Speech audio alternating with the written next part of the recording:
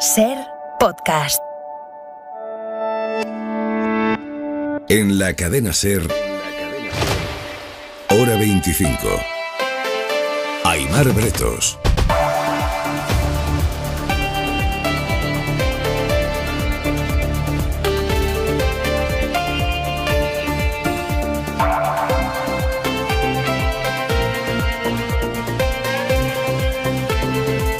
Muy buenas tardes, vamos a entrar ahora en Hora 25 en la campaña, los bancos, los fondos y hasta en el último capítulo sangriento entre Albert Rivera y el bufete que lo fichó y con el que ahora está sacándose los ojos supuestamente por su laxa concepción del trabajo duro.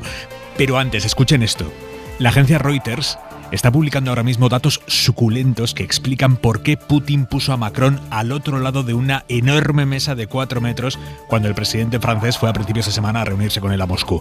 Fue porque Macron se negó a hacerse una PCR rusa por miedo a que los rusos se quedaran con su ADN, por lo que pudieran hacer con el ADN. Así que la delegación francesa se negó a que le hicieran los rusos esa PCR a Macron y eso terminó con esa foto de delirio diplomático con Putin en una punta y con Macron en otra de esa mesa gigante. Bueno, esto es lo último. La Unión Europea ha intentado hoy frenar la estrategia de Rusia de dividir a los socios comunitarios sobre la crisis de Ucrania. Moscú ha mandado cartas a cada uno de los países miembros por separado, buscando grietas, buscando 27 respuestas distintas. Y el máximo responsable de la diplomacia europea, Josep Borrell, le ha contestado en una única carta en lo que es en la práctica el primer gran gesto de la diplomacia europea en esta desescalada. Griselda Pastor, corresponsal comunitaria, buenas tardes. Hola, muy buenas tardes. Exactamente, sí, porque recordaréis que Borrell no fue invitado a París cuando se preparaban las reuniones para intentar encontrar un acuerdo político. En la práctica, hoy Borrell ha contestado en nombre de los 27, lo ha hecho con un único discurso. Ya sabéis, la Unión cree en el diálogo, pide que se vuelva a esa mesa de negociaciones y sobre todo que se retiren las tropas en la frontera de Ucrania. Hay media hora 25 deportes. Jesús Gallego, buenas tardes. Buenas tardes. La protagonista del día, Queralt Castellet, que ha conseguido esta mañana la medalla de plata en la prueba de halfpipe en los Juegos Olímpicos de Invierno de Pekín. Es la quinta medalla histórica en unos Juegos Olímpicos de Invierno para la delegación española. Y a las 9:30, segunda semifinal de la Copa del Rey de Fútbol. Se juega la ida en San Mamés entre el Athletic de Bilbao y el Valencia. Y el tiempo, Jordi Carbó. Buenas tardes. Poco a poco la lluvia se va extendiendo por el Cantábrico. Antes que llegue la medianoche ya estará lloviendo, por ejemplo, en Cantabria y el País Vasco. Y hasta la medianoche lloverá en Galicia, después irá mejorando. Y mañana, de hecho los próximos días, el cambio más significativo es que veremos muchas nubes, pero poco activas. Mañana por la tarde algunos chubascos que pueden afectar cualquier punto de la península, pero solo en el Cantábrico, también en los Pirineos, esperamos precipitaciones significativas. Temperaturas mínimas un poco más altas, bajarán las máximas. Empieza ahora 25. Con los detalles que les hemos avanzado hoy en la cadena SER de los planes que tienen los bancos para mejorar la atención a los clientes, sobre todo a los clientes mayores, a raíz de la campaña que les ha caído encima, la campaña que lanzó el pensionista Carlos San Juan. Y el compromiso de los bancos se sustenta básicamente, Javier Ruiz, buenas tardes. ¿Qué tal? Muy buenas tardes. En dos pilares, que sería ampliar los horarios de caja y dar preferencia a las personas mayores en sus sucursales, pero todo esto es voluntario. Sí, esta es la clave. Protocolo voluntario. Son 7 folios que se han entregado al Ministerio de Economía y que ha adelantado efectivamente la cadena SER. Tienen básicamente 3 puntos. Dentro de la sucursal, ¿qué es lo que cambia? Dentro de la sucursal, la banca se compromete literalmente a la adecuación y mejora de los horarios de atención a los clientes en caja. Es decir, a extender los horarios en los que puedes ir al cajero, a la caja, físicamente. Y además a, comillas, dar prioridad a las personas mayores en caso de alta afluencia de público, es decir, a pasarlas las primeras y a revisar los canales para la gestión de cita previa. Eso es lo que va a cambiar dentro de la sucursal. Hay además cambios en la atención telefónica. Se va a proporcionar atención telefónica preferente, mediante una línea específica para ellos o mediante un interlocutor personal para seniors, un consejero senior, una persona al teléfono que te va a orientar si eres mayor de 65 años. Asistencia telefónica, sucursal y nos quedan los cajeros. En los cajeros automáticos también va a haber cambios para mejorar adaptabilidad, accesibilidad, sencillez y sobre todo para que haya personas físicas que te puedan ayudar en caso de que tengas un problema. Esos son los 3 grandes cambios que propone la banca con la clave que tú decías, voluntariamente. Y lo vamos a ampliar en todo detalle, con todo detalle a partir de las 9 en Hora 25 de los negocios. Hasta ahora, Ruiz. Hasta ahora. La Comisión Europea ha mejorado hoy un pelín las perspectivas para España, pero siguen lejos de los cálculos del gobierno de Sánchez. Si Moncloa pronostica un crecimiento este año del 7%, Bruselas lo baja al 5,6%, que es casi 1,5 puntos menos. ¿Qué dice el gobierno? Pues que es una buena noticia porque se agarran a que la Comisión sitúa a España entre los países que más van a crecer. Nadia Calviño, vicepresidenta económica. Confirma que nuestro país será el motor de la economía europea en 2022 y 2023, que confirma la previsión de una recuperación fuerte y sostenida, que es nuestro objetivo, y además confirma la previsión de que este año, en 2022, cerraremos el gap abierto por la pandemia. Es una buena noticia. Pero la oposición, el PP, pide la dimisión de la vicepresidenta. El diputado popular Pablo Hispán. Todas sus estimaciones que se hicieron desde su gabinete han resultado falsas. Todas. Ni crecimiento, ni inflación, ni deuda, ni déficit. Por su ineptitud, por su clientelismo y por su corrupción, solo digo una cosa. Dimita. Es lo único que nos puede ahorrar a los españoles esta situación. Y la Comisión Europea ha vuelto a desmarcarse hoy de la estrategia del PP de criticar el reparto de los fondos europeos aquí en España. Bruselas advierte al partido de Casado de que no va a ampliar su control sobre el plan de recuperación español por mucho que lo pidan. Corresponsal comunitaria Griselda Pastor, vuelvo contigo. Sí, no van a ampliar el plan ni el control, las normas son muy claras, las están aplicando y la Comisión parece satisfecha. Toman nota de las demandas que realiza el Partido Popular, pero mantienen que no es Bruselas quien tiene que resolverlas, porque en la Comisión están muy satisfechos.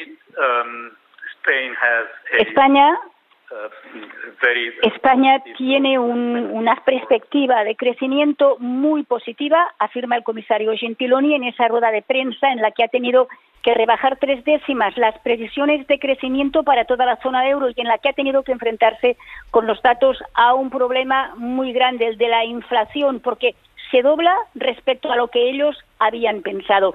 Y eso puede tener muchas consecuencias, aunque la Comisión confía en que los precios de la energía caigan al menos algo y la inflación no acabe superando el 3%.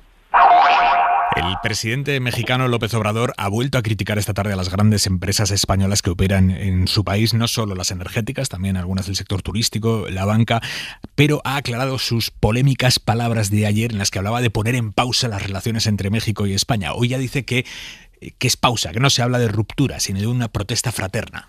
Una pausa, no hablé de ruptura, no. Dije, vamos a serenar la relación, que ya no se está pensando de que se va a saquear a México impunemente. Ya eso pasó. Le ha contestado esta tarde con palabras menos fraternas el ministro español de Asuntos Exteriores, José Manuel Álvarez. El gobierno de España rechaza tajantemente las injustificadas declaraciones del presidente de México en estos últimos días, tanto ayer como hoy, donde ha vuelto a hablar sobre España y sobre las empresas españolas. Trabajemos por unas excelentes relaciones con México, pero eso sí, basadas en el respeto. Hablando de empresas españolas, hemos conocido esta tarde una noticia empresarial que el tiempo dirá si se convierte en tendencia entre las grandes compañías, y es que la multinacional Naturgy se va a dividir en 2 empresas, una encargada de las infraestructuras y otra de la energía. Y es noticia también de hace solo unas horas, en Francia se va preparando el terreno para las elecciones presidenciales de abril. Hoy Macron ha anunciado la construcción de 14 nuevos reactores nucleares y va a pedir que se prolongue la vida de las centrales actuales más allá de los 50 años. Corresponsal en París, Sara Canals. Buenas tardes. Lo ha anunciado desde una central de producción de turbinas en la presentación de su estrategia energética para los próximos años. C'est la renaissance du nucléaire français. Una fuerte apuesta por las nucleares que tiene un doble objetivo. Por un lado, convertirse en el primer país del mundo en dejar de depender de las energías fósiles y, en segundo lugar, ser energéticamente independientes. Y es que hoy en día en Francia el 70% de la electricidad proviene de la nuclear. Una estrategia para 2050 y que complementará también con el desarrollo de las energías renovables, produciendo, por ejemplo, más energía solar y construyendo hasta 50 parques eólicos en el mar. Una apuesta, la de las renovables, que según ha reconocido el presidente francés, llega tarde. Hora 25. Aimar Bretos.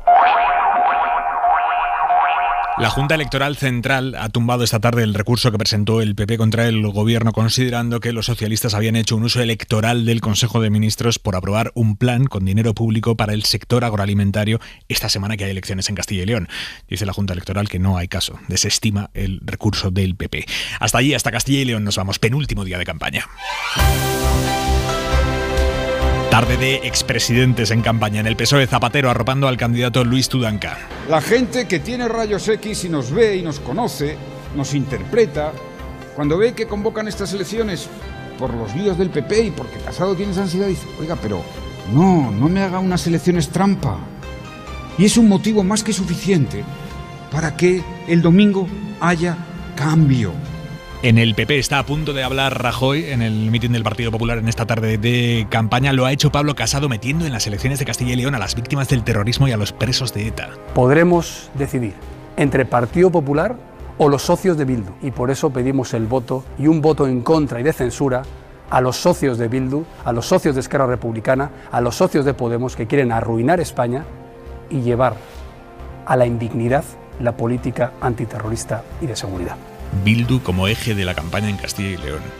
En Unidas Podemos no ha sido hasta hoy, rozando la recta final en el penúltimo día de campaña, cuando ha entrado en escena la vicepresidenta Yolanda Díaz para participar en su primer y único mitin en toda la campaña morada. Allí en Castronuño ha estado Ana Fernández Vila. Buenas tardes. Hola, buenas tardes, Aimar. Sí, la vicepresidenta se ha reservado para casi el final y su incursión ha durado unas 3 horas, pero según los morados supone un espaldarazo. Díaz ha reunido a unas 400 personas en un pueblo de 850 habitantes de la España vaciada, pero con una importante tradición de izquierdas.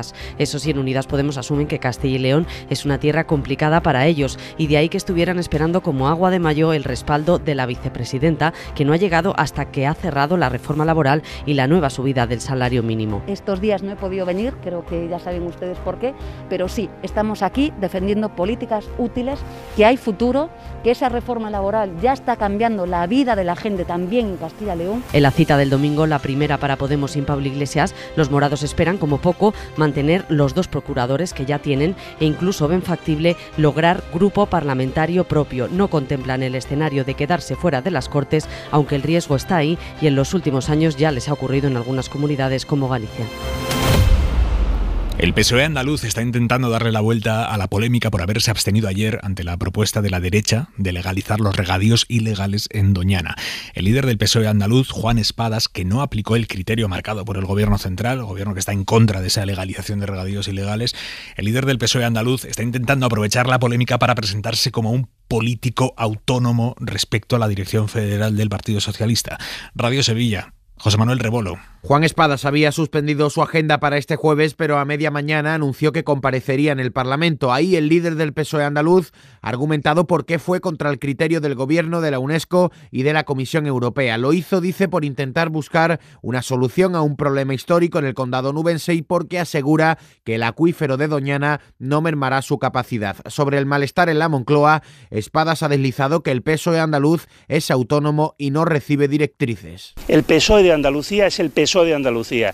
Nosotros, el 28 de diciembre de aquel año, ¿lo recuerda?, votamos autogobierno. Nosotros tenemos posición de gobierno, hemos sido partido de gobierno y lo vamos a volver a ser. No recibimos en este caso ni consignas, ni cuestiones, ni directrices. Hay malestar en su grupo parlamentario y fuentes socialistas aseguran que cedió ante la amenaza de dimisión de 4 alcaldes de la provincia de Huelva. Muy llamativo el cruce que están teniendo ahora mismo a través de las redes sociales Isabel Díaz Ayuso y Santiago Abascal a cuenta de las bandas de menores. La presidenta de Madrid, que gobierna gracias a la abstención de Vox, ha descubierto que el discurso de la extrema derecha contiene trazas xenófobas. Marina Fernández, buenas tardes. Buenas tardes, y que criminalizan a las personas por su origen como si hubieran empezado hoy. Todo viene de la respuesta que Isabel Díaz Ayuso ha dado hoy mismo a la portavoz de Vox en la Asamblea de Madrid, a Rocío Monasterio, que había vinculado inmigración y delincuencia. La inmigración ilegal, que está causando verdadero terror en nuestros barrios, que están a machetazos. Pues la respuesta de Ayuso ha resultado desde luego insólita por contundente y porque es la primera vez que defiende que el fenómeno de las bandas latinas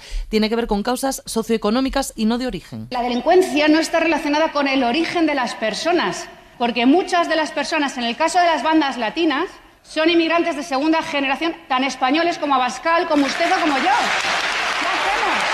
Ya estamos criminalizando.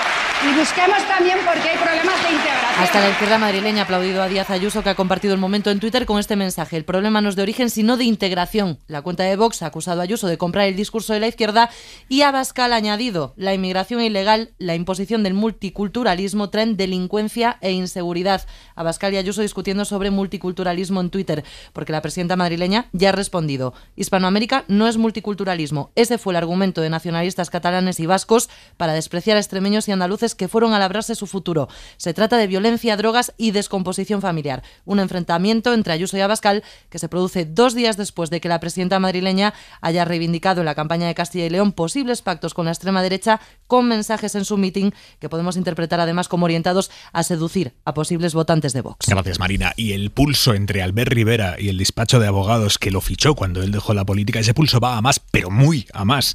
Según está publicando el diario El País, el bufete dice que no le va a pagar la indemnización por despido que pide Rivera, ni aunque tuviera que pagarle solo 1.000 euros. Ana Corbatón, buenas tardes. Hola, Aimar, buenas tardes. El bufete nombró a Rivera presidente ejecutivo en marzo de 2020, 4 meses después del batacazo que sufrió Ciudadanos en las elecciones generales. Y aunque se anunció como un fichaje estrella, en el sector legal ya sorprendió y mucho esa decisión, porque Rivera apenas tenía un par de años de experiencia en la asesoría jurídica de la Caixa. Fuentes del despacho de abogados cuentan ahora al diario El País que Rivera no ha cumplido con las expectativas, que sus niveles de productividad estaban siendo preocupantes y que esta decisión de comunicar Rivera a los medios su salida tenía como propósito forzarlos a llegar a un acuerdo. Añaden además, es literal: la situación se le ha vuelto en contra porque no doblamos la rodilla. Hemos cumplido y no vamos a llegar a un acuerdo con Albert Rivera, aunque consista en pagarle 1.000 euros. Hora 25. Aimar Bretos. Tenemos noticia de última hora en Reino Unido. La jefa policial que estaba investigando las fiestas en Downing Street acaba de dimitir. Corresponsal en Londres, Begoña Arce, buenas tardes. Buenas tardes, así es. La jefa de la Policía Metropolitana de Scotland Yard, Cressida Dick, ha dimitido después de un aluvión de críticas por la gestión de la policía, entre otras cosas, como dices, por la indiferencia de la policía, de los agentes, al no haber actuado durante las numerosas fiestas celebradas en Downing Street y en otros edificios oficiales. Esa es solo una de las escándalos o una de las cosas que se le achacan a la policía, porque hay otros muchos. Un policía fue el autor de un asesinato de Sarah Evan, una mujer secuestrada cuando volvía a casa. Hubo protestas de la violencia contra mujeres que no estaban protegidas por la policía. Ha habido un último escándalo de infames mensajes en Charing Cross misóginos, racistas de agentes de la policía, y Cressida Dick no había hecho nada. Hasta aquí ha llegado la cosa, pero estamos en medio efectivamente de esa investigación del Partygate, que se complica aún más con esta dimisión. Begoña, gracias. Un saludo. A la empresa del multimillonario Elon Musk no le ha salido del todo bien el envío de satélites a su constelación de Internet. De los 49 que mandó, 40 no envían señal y creen en la empresa que están perdidos después de que los estropease supuestamente una tormenta solar. Ahora esos satélites han pasado a ser lo que conocemos como basura espacial y acabarán cayendo, se cree, en la Tierra. Eso sí, en principio no van a tener consecuencias excesivamente graves porque se espera que se desintegren al chocar contra la atmósfera. Javier Gregori. Nunca en la historia de la exploración espacial se han estropeado tantos satélites y a la vez. La empresa de Elon Musk, SpaceX, lanzó la semana pasada 49 satélites para formar la mayor constelación espacial de servicios de Internet, pero 40 de ellos se han estropeado, según esta empresa espacial de Estados Unidos, por los daños ocasionados por una gran tormenta solar cuyas partículas llegaron a la Tierra el pasado 4 de febrero. Todos estos satélites acabarán cayendo, pero los expertos creen que se desintegrarán en la atmósfera terrestre y que por lo tanto no provocarán ningún daño por su impacto contra la superficie de nuestro planeta.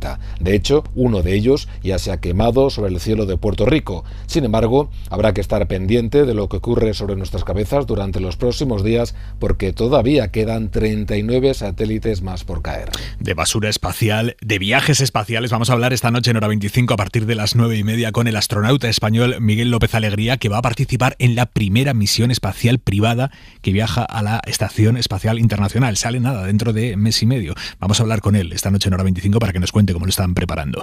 Y esto que van a escuchar, que hemos conocido hoy, cambia por completo todo lo que sabíamos de la historia de nuestra especie hasta hoy. Se ha encontrado un diente, un diminuto diente de un niño en una cueva en Francia, y esto hace que se adelante 12.000 años la llegada a Europa del Homo sapiens. El Homo sapiens llegó a Europa 12.000 años antes de lo que pensábamos, Javier.